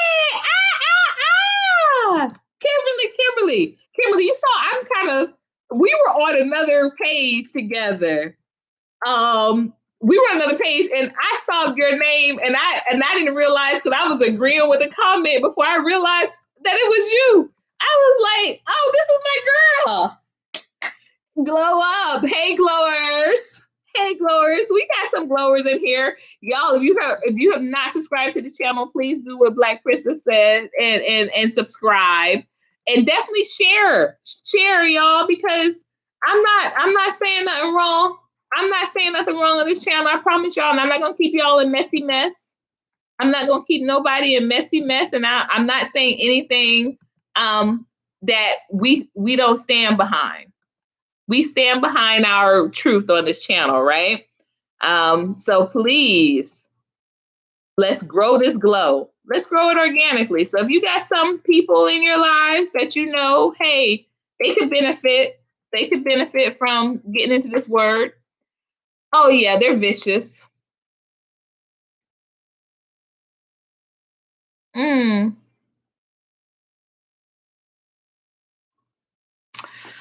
Craig, Craig might make me sit back. Ooh, Craig now. Craig. I think that he had the political capabilities. I just don't think that, let me tell you, and I know from being being in politics, not only just being in politics, but my grandmother, she was the mayor. She was a 2-time commissioner, 2-time mayor of Daytona. Oh, Kim, thank you so much. Thank you so much for shining your light, though. Thank you so much for shining your light and letting us see you. Um, being political requires you to go to a different level of fakeness that I just don't think that unless you are getting high paid for it, it makes sense. It makes sense. Like the sellout doesn't make sense. And yeah, you made me sit back. I just don't think Malcolm. I think he had the capabilities. I just don't think he wanted it. But that's what I'm saying, Craig. You know, either you gon' what is it? Either you gonna die on your feet or live on your knees, man. And I think that politically, that's what. And I just see that so much with men, particularly, especially in politics. Like women they can maneuver a little differently, you know, but men have to really do some submitting type stuff. And you know, as a man, that's just not where y'all strong point is. Y'all not into no submission stuff. But I don't think I don't think he would have been the same Malcolm with it. Like I honestly don't. That's why I mean, yes, he would have been 95 today. He would have been, but a 95 watered down Malcolm, I don't think nobody would have wanted that. But I get you in saying that it's not about what we want. No. I think most of the decisions that we make in our life about what we feel like we have to do. But I do get you on what you're saying that if he didn't make enemies, but I don't think those enemies are ones that he chose to make. I think that him being accountable and being truthful, that's what really brought some things to the forefront. But as far as having the capabilities, yeah, he could have kept his mouth shut about some stuff. And I do think that he would have wanted to be here for his children. That's where I agree with you on that. He would be alive for his children. But the Malcolm that he was becoming was much more of a threat. And we ain't talking about politically. We're talking about, because really it is all about, it was about the glow up. It was about him being able to see some lies that he was being fed. Because remember what he said, right? Right. Well, you know, they had to get Martin out there that he talked about coming for that check. They did. Well, that is suspicious, Cameron. That was by design. Because Martin started talking about a check. Y'all gotta understand, they was letting Martin, they was letting Martin live until that part. Like literally letting him live. Like literally letting him live. Literally letting him live. But when he started talking about coming for a check, they had to check him out. And not like Boosie. Now we already know Boosie. But he was checking out. He was making somebody's checked out. But they checked him out. Please. They wanted to make sure he stopped getting people to think that way. And Malcolm became dangerous because Malcolm was, because remember, they had the same surveillance that they had on Martin, they had on Malcolm. Malcolm was dangerous because he started to turn a corner where he wasn't like, white people were starting not to feel that he was so like fiery and attacking. Once he took his Mecca trip, and I think that was his third Mecca trip. Once he took that Mecca trip, that third one, and he was like, oh no, this isn't a black versus white problem. This is a United States black problem, because I don't see this around here. And remember, he didn't say that the first time. The first time he took the trip, it was definitely, I think it was a shorter trip. That's why. This last time he took it was the longest trip he had taken. And he was literally able just to live and eat and breathe with these other people. Exactly. Well, he was about to spill a bit, but more so, but also, not more so, but also, he was working to organize a new, rethought or reimagined NOI that was more inclusive within the United States. That was dangerous to both sides. You know, I like to say this. Thank you. Yes, get these likes up and subscribe. Thank you. I like to say this. I used to say this all the time, right? When I was younger. Um, I used to always say that I need my enemies to stay my enemies. Let me say that again, y'all. I need my enemies to stay my enemies. Because once my enemies start to look like they trying to be friends, that throws off your psyche. That throws off your psyche. I need my enemies to be visible and then to stay my enemies. And I think that that's what was happening. I think that that's absolutely, absolutely. That's what was happening. He was making, his enemies were now like, oh, oh, he's not, oh, he doesn't want to kill us. Oh, and then it started to make, Black people also be like, oh, he's trustworthy. He's believable. Because even though people, uh Martin was given to the people. Martin really was. He was given to the people. Malcolm wasn't propped up for the people. Yes, yes. Glow up. This glow up is real. Malcolm wasn't propped up. Malcolm, he just moved, and he started to garner this respect.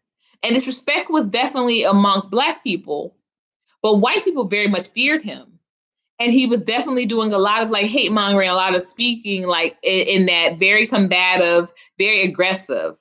But after his trips to Mecca, and more profoundly his last trip, when he came back with the beard and all, yeah, I saw he came out with the beard. You know what, Kimberly? I can't stand on Cardi, but I'm gonna give it to you on that one, sis, because you're right. You're right, and that's what Kaya said too. Me and Simi know about it. We met on a Trina and Kaya Converse chat. That's what Kaya said too.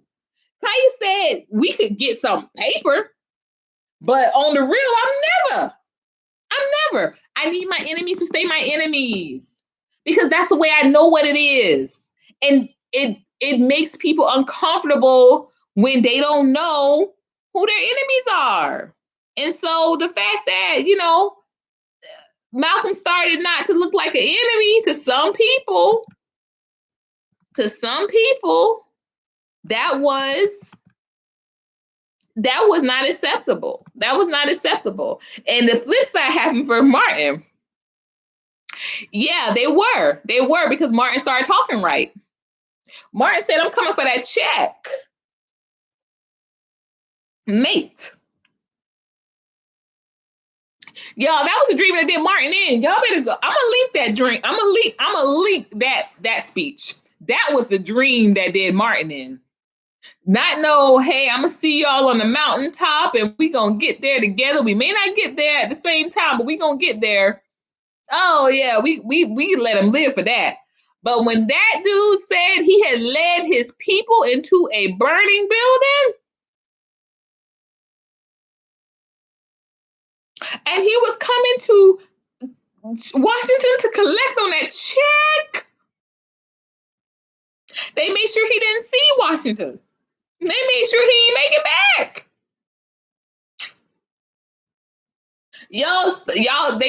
Let me tell you two things that this country only understands. Two things that this country only understands. That's red and green. Do the math. I'm gonna put that light bulb up. I'm gonna let y'all do the math. What's red and what's green? That's the only thing that they respect.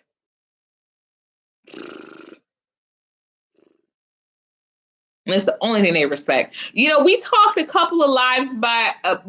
Talked a couple of lives back about why Black women do this rising up, right? And why men seem to be absent with it. And somebody offered that maybe some men didn't know how. And I'm saying, yeah, they know how, because they assemble and go to these games, and they know how to get in these groups.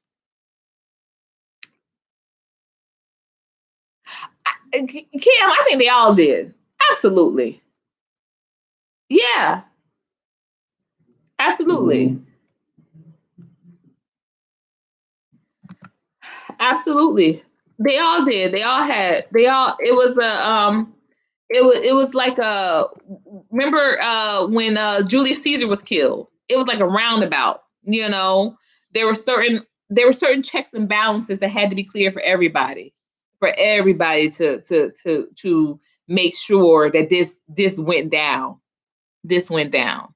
We had to make sure that the protection wasn't there. We had to make sure that the staff wasn't going to intervene. We had to make sure we had certain staff in place. And remember, y'all, there was a nurse that said Martin didn't die from the gunshots. There's that interview too. Y'all, I got so much to link. I have so much to link. She said that he was smothered. He was smothered by one of the doctors. Yeah. Said he was smothered. But that's what it is. That's what it is. When it's red or green being affected, that's when things make sense. And I think that's what made Malcolm so powerful too, because Malcolm was not a sellout. Let me tell you, Nas in One Mic, that's on the playlist. Y'all, I'm telling y'all, this playlist is so fire. This playlist is so fire. Y'all might want me to DJ your parties or something. I ain't lying. Y'all might want me to DJ. I might have to put on that hat. Absolutely. Absolutely. A force of nature. But Nas said, people will move on you only when they know what your weakness is. I have none. I have none. When people don't know what your weakness is, that's scary. And they knew that Martin, at the end of the day, they knew Martin was with those women. They was going, they could throw something that way until Martin started talking about that check, though. Then it was like, well, hold up. So when he started talking about that check, he was talking right. And when you're talking right, you getting other people weighed in. And then, by that point, his influence was already too big for them to, contain. But Malcolm, they couldn't get nothing on him. He wasn't a sellout. He wasn't around with the women. Of course. Come on, Glower. We love you. Hey. Come on. Absolutely. Great comments. Get a light bulb in here. That's what we do. We light it up. We light our lights and we shine our spotlights. Hey.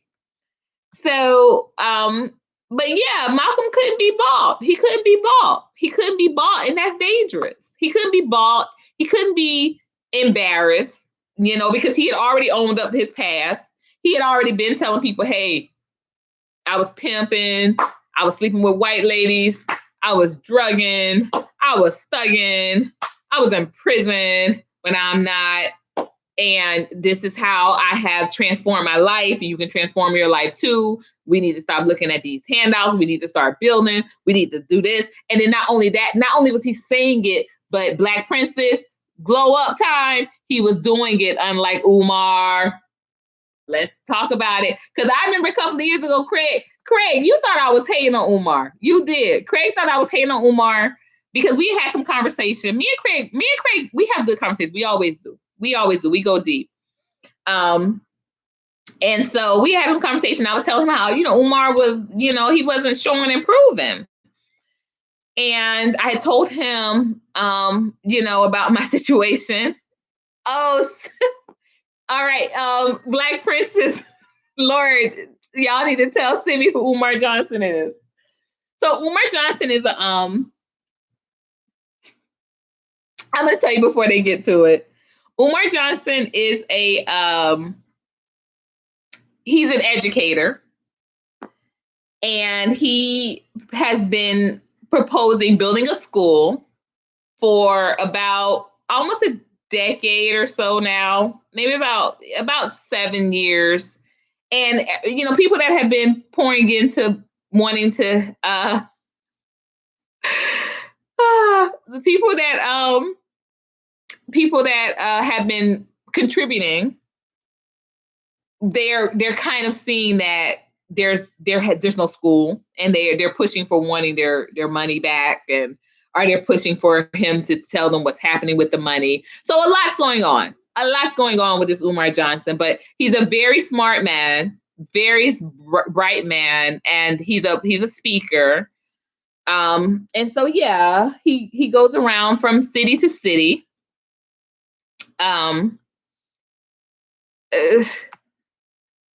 Definitely, you can YouTube him. He has some very profound thoughts. I just think his follow through has been lacking. And from a personal experience I had when I organized and paid him to come down for a date, 2 dates, he canceled the morning of, and he told his followers that he never got paid, which was just an out and out lie. And at the time, we had a gentleman in law school, but he wasn't a lawyer yet, so he couldn't take the case. But he kept telling me to file, and I just never followed through. But we lost it was almost about $3,500, and it may not seem like a lot, but literally a woman paid $2,000 out of her own pocket, for this date to happen. And I paid it directly to him. And I've always been very glad that, yeah, his real name is Jermaine. That's correct. I was always glad that I paid him directly to him. So she saw copies of money orders and everything, so that it never looked like I pocketed the money, because I didn't. But he went and publicly said on his platforms that he never got paid from me. And I was dating this gentleman, the last gentleman I was in a relationship with at this time. And that he was very upset that he did that. He was like, Courtney, he knew that it was a group of us, because we were called the Much Mores. We were called the Much Mores. And it was a group of us that had all done. Now, this one particular lady, though, she had given up $2,000 of her own money.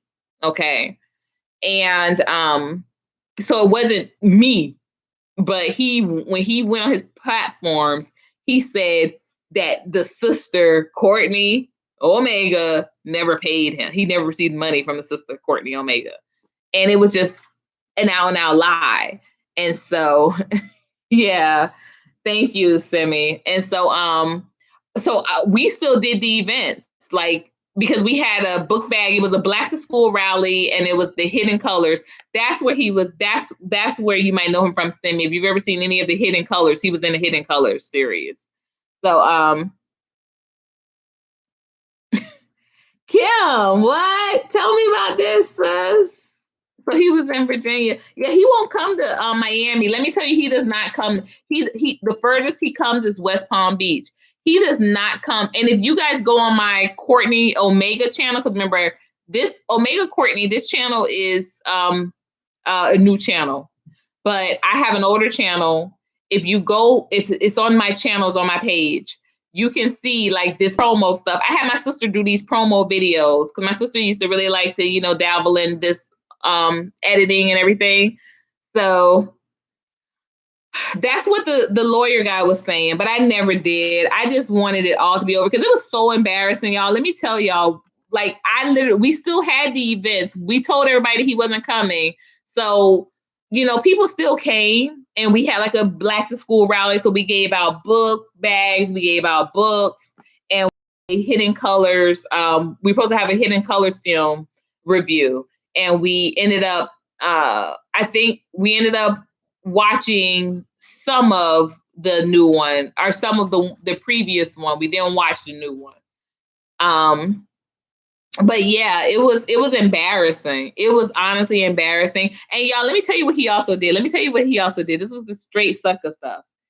he made a fake page, a fake email account, and was emailing me like he was somebody else. And I knew it was him. Like, it was certain things that he was saying that he and I had discussed on the phone. Like, it was no third party in these conversations. And I was like, wow, for real. And I'm not even gonna lie, y'all. So I made up a fake page. Like, this is what we doing. You making up fake people, I'm gonna make up a fake person. We just all gonna be fake over in here. But yeah, for weeks leading up to for weeks leading up to the event, he and I were on the phone 2-3 times a week, and just chopping it up, talking about everything. He's very charismatic. What happened too, though, is that it was a young lady that he accused being his stalker when he went to Africa. And this before he became back, and he was Prince something, chief, I don't know. But when he went to Africa, it was like it was about 3 weeks before the date. And while he was in Africa, I was communicating with this female who was donating laptops to the Black to School rally, and she was just saying that she would do this and that. And we were like, great, great, great, great, great. So when he came back, I was going over some of these new developments. And he was like, I'm gonna need security for this event. And I'm like, why are you? Oh, thank you. You sold the bow. Oh, you know, I don't post anything on the other channel, but thank you, Lord. You can definitely check out the video that I had, the promo video that I had for Dr. Umar, though. It was to the song Am I Wrong? Woo! And that's on the playlist too, y'all. I'm telling you, this playlist is fire. So he was like, oh, this girl is a stalker, blah, blah, blah. And I was like, well, how was I supposed to know? Like, you know, I don't, it's not like you gave me a list of names, you know, of people. You just told me to make sure that your dates were connected. That was it. And the girl this girl in Orlando, she was supposed to be booking a portion of the dates, our portion. She's supposed to be paying for a portion of the fee because she's supposed to have a date in Orlando. And y'all, this girl straight went to refusing my calls. Like, where do you do that at? And it was just real silly. But yeah, but aside from her, we picked up another date in West Palm. And with the other date in West Palm, it was like, okay, we needed to have, you know, more accommodations or what have you. So I thought when this lady came in, this was a godsend because, you know, basically we could sell more tickets. We had, you know, these laptops to raffle off. So I had no idea. I had no clue that we were on the outs with anybody except for the girl from Orlando. But that was because she didn't want to pay her portion. And, you know, she went telling us that she was going to be all about it. And then she couldn't even, you know, pony up $2,000 to pay for a portion for him to be in Orlando. So, I think a lot of people have Simi, but you know, he's meeting new people all the time.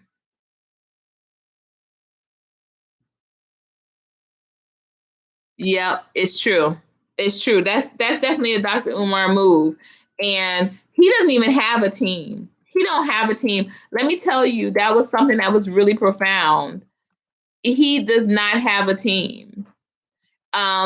And that's why I knew that the page that he made up was just totally fake because like I did have, you know, the Much Mores were a group of people that were, you know, pitching in, and, you know, there were other members of the Much Mores that reached out to him separately that were like, oh, let's vibe, you know, let me talk to you. But he would tell them, no, he was only going to talk to me. He would tell them that. And they were mad. Like, it was one dude in particular, he was mad. He was like, he knew that he was fugazi when he only wanted to talk to me. And I was like, I don't know how to take that. You know, I was like, I just think it's not, I think that he felt like he was fugazi. I just think that to him, that made the most like physical sense. men were going to hem him up. A female wasn't going to hem him up, But I was dating someone from the group, and that guy, literally, he was a big dude. Like Umar's a big dude, so he was like on site, whenever I see this dude, because he just totally threw you under the bus. Like, that's dangerous, especially like, imagine if this lady that, had given over her $2,000 wanted to get nasty, and sue me. She didn't. And I thank God for that to this day. She went ahead and, because I'd always showed everybody the paperwork that I was sending him the money directly. And he even told me, he was like, make sure it's Queen that you get one of these checks. Make sure they make a check out to you. And I was like, no, I'll just, I'll get mine on the back end. So in booking, that's what it is. It's like either the front end or the back end. Most booking agents do take 10% of the entire date. But I was like, I want you to, know that we're investing in this. So I gave him all the money up front. I mean, I gave him all the way he asked for up front, the complete deposit up front. And the back end was supposed to be like, less than half, because we had people like, we had almost 500 tickets pre-sold, and this was between the 2 dates. So imagine the day of, it just was, I was like, I'd rather take my fee off the back end. I want you to have fully what you want from your deposit. So yes, he surely does. And Kim, he got caught in the stripper gate scandal with and the stripper that he was with was named Kim. You want to tell us something, Kim? Something you want to tell us? No, he was involved with the sister who was previously a stripper. I don't think she was a stripper at the time, but she was previously a stripper. And he went to calling her all types of this and that, but she wasn't out when you was on these texts with her talking about smashing her cookies. This is all on the internet, so I ain't gotta lie about nothing. So he can, because he has a lot of fans, believe it or not, and they will ride for him. And he's from Philly. I'm from Philly, so I get it. They're very loyal. This is the city that booed Santa Claus. And I remember, y'all, funny. Let me tell y'all this story. So I was in a group. My ex-husband and I were in this group, a network called the Greater Philadelphia Hip Hop Alliance. And we had someone from the Eagles organization that came to us about, possibly working up a contract deal to get some artists, some time there. And, everybody was talking to him about how they didn't really want to perform because they boo everybody. And he was saying, well, he wasn't from Philly. He was like, well, he thinks that it's about performances. It's not that they boo everybody. And he was like, I'm sure, like, they wouldn't boo Jesus Christ. And this dude from our group said, Jesus better be talking about something.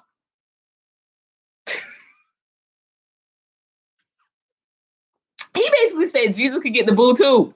Boo, Jesus. Boo. He has, from what I understand, he has 2 daughters. That's all I know of. Out of wedlock, Lord. He has 2 daughters out of wedlock, didn't marry either of the mothers, and both of them now, I think they're about grown. I think his oldest is in her mid-20s, and his youngest is almost 20. That's the only ones I've ever heard of. I haven't heard of any other. I think he is semi. I think in some, because and let me tell you too, quiet as it's kept, and Penny, I don't think Penny is still in here, or Barack Art, but he has a lot of men that are MGTOW, and MGTOW men, he is. MGTOW men are they're women haters, and so to him, I think that he looks like he feels like that's what it would be. I remember even my ex, the one that I was involved with when we did the date, he would often say, you know, uh, Umar is like he's that guy. He's living the life. He's going around from city to city. He's, for lack of a better term, he's pumping and dumping. And he's pumping and dumping and stumping. And so MGTOW men kind of they kind of like that. they like that idea. Like they like women, the thought of women being used, the thought of women being disrespected, the thought of women being just done over, had, so to speak. And so I think that's literally about 70% of his fan base, and the other fan base is definitely still women. Because I just, I've seen him recently. He's not looking so great. I guess maybe with the lockdown and everything, he can't get the beard trimmed up, and it doesn't look like he's on a strict diet anymore. He used to be on a really, high protein diet and always talking about losing weight, but he's been looking pretty bad from the last recent posts I've seen. But women still want to be, you have a lot of pick-me's. We got pick-me's, and these women are out here, trust, like, the woman that he wanted to get security on, mind you, wanted to get security for this woman, to make sure she didn't come or she didn't feel, she was like, I asked to meet with her, with our group that paid for him, so that she could explain their situation, because somehow, and that's when they honestly stopped, communicating. That's when they honestly stopped communicating. And she didn't even want to come and tell her story. She was like, no. And I was with someone at the time, but I got to be honest, I didn't want to come tell, because I didn't want people like, I didn't want people like judging me. Like I said, I wasn't, this was me, 6 years ago, 6, 7 years ago. So I didn't want people like being like, oh, she ain't got nothing and da da da da. And of course, I didn't want people judging me. I didn't. So I didn't say anything. But with her, I think that she didn't want to come out against him, because she kind of still wanted to be with him. She wanted to be with him. So we all had our reasons why we didn't go forward. And so I'm just thinking that he still has a lot of fans because of the fact that people like us, because I heard there was 2 other girls in Chicago, same thing. Like I had a friend in Detroit, and she basically said, like, there were these like men groups getting together and were talking about me and how I had stolen his money. Like this was up in Detroit. So I didn't want no parts of it. But I felt like the reason why too, some other women didn't come out in my defense or in their own defense, was because they still kind of wanted to get with him. You just don't want to be the hated girl. It's just no protection. You don't want to be the hated girl. It's a very uncomfortable position. Yeah. Yes, we are on definitely a reset. Amen. We are on a reset. So I am going to wrap this up in a bit. I'm going to give it like 10 more minutes, guys. Guys, this has been, I really love, and I love how everybody's talking. Everybody, please, Black Princess, drop the email again. Facebook, email. Guys, let's this is not just about me. I love how we are talking. Like, let's email, and so that way I can get our email chains going. We can grow this glow, y'all. Share this video. Share these conversations. These are the I think these are real tools to, first of all, how you see how we can disagree. We can disagree civilly. we can, and we don't have to hate each other because we disagree. Drop the email link. So everybody, please, if I don't have your email, please make sure you email me. Hey Cam, I didn't know you stepped away. Cam is back, y'all. Make sure you email me so we can link our emails. We can grow this glow. We can get on our Facebook, because like I said, this is not just about, okay, well, coming in here and subbing and, just being I do not like bystanders. I like active participants, and I'm just I love when I see the room moving. I do. I love when I see the room moving. I love y'all. Y'all have been really, really phenomenal. Really phenomenal. Thank you, Kim. Yes, email me, because girl, we got plenty. We got plenty to discuss, and I want to link everybody up together too, so we can start getting on a train. Y'all, if you are interested in this Glow Up Fast journey, if you are interested in starting a fast, if you need some encouragement, some reinforcement to enhance your fast, please join me this Friday. I probably will go live about 3:00, and I'm posting those results pictures, y'all. I am 2 weeks in. This is my 3rd week and have 2 more weeks to go. Y'all, it's been incredible. Okay. Thank you, Lord. Let's see you tonight. Black Princess, drop that link for tonight again. Y'all, please join us. We're gonna be on Black Princess's channel tonight at 7:30, and we are going she knows what she's doing with StreamYard, y'all. I don't. So the faces will be on, our profiles will be on, because sometimes when the camera's on, the feed gets a little blotchy. But I think that she's gonna present also an opportunity for other people to stream in, which is phenomenal. I love that Black Princess really gives she shares the stage. Y'all, that's very unheard of in these YouTube streets. Y'all got to know. All right, good. Yes, thank you, Simi. And if you can join us later today, we are going to be live with Black Princess at 7:30 Eastern Standard Time, 4:30 Pacific Standard Time, because Black Princess is a Cali gal, y'all. She's a Cali gal.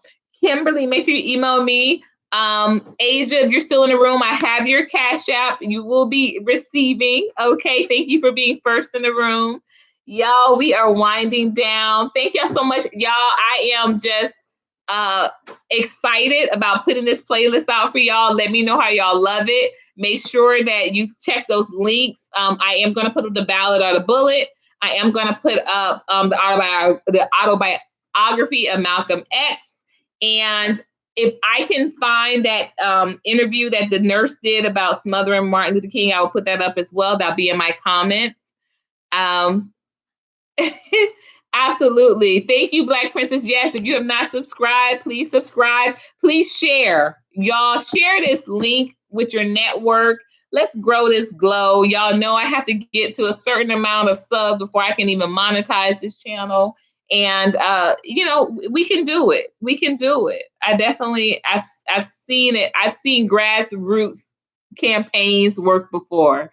Y'all, we really did this dang thing today. I thank y'all so much. I thank y'all for weighing in. Shout out to Black Princess for being the best moderator in the game today. Kept the conversations moving, kept those likes going up, kept those subscriptions being encouraged. Thank you so much, Black Princess. I can't wait to see you tonight. So y'all know what we got to do. Y'all know what we got to do. There's only one thing left to do. We have to glow up. Y'all, I love y'all. Thank y'all so much. Y'all, let's glow. Let's do this thing. All right. Until next time.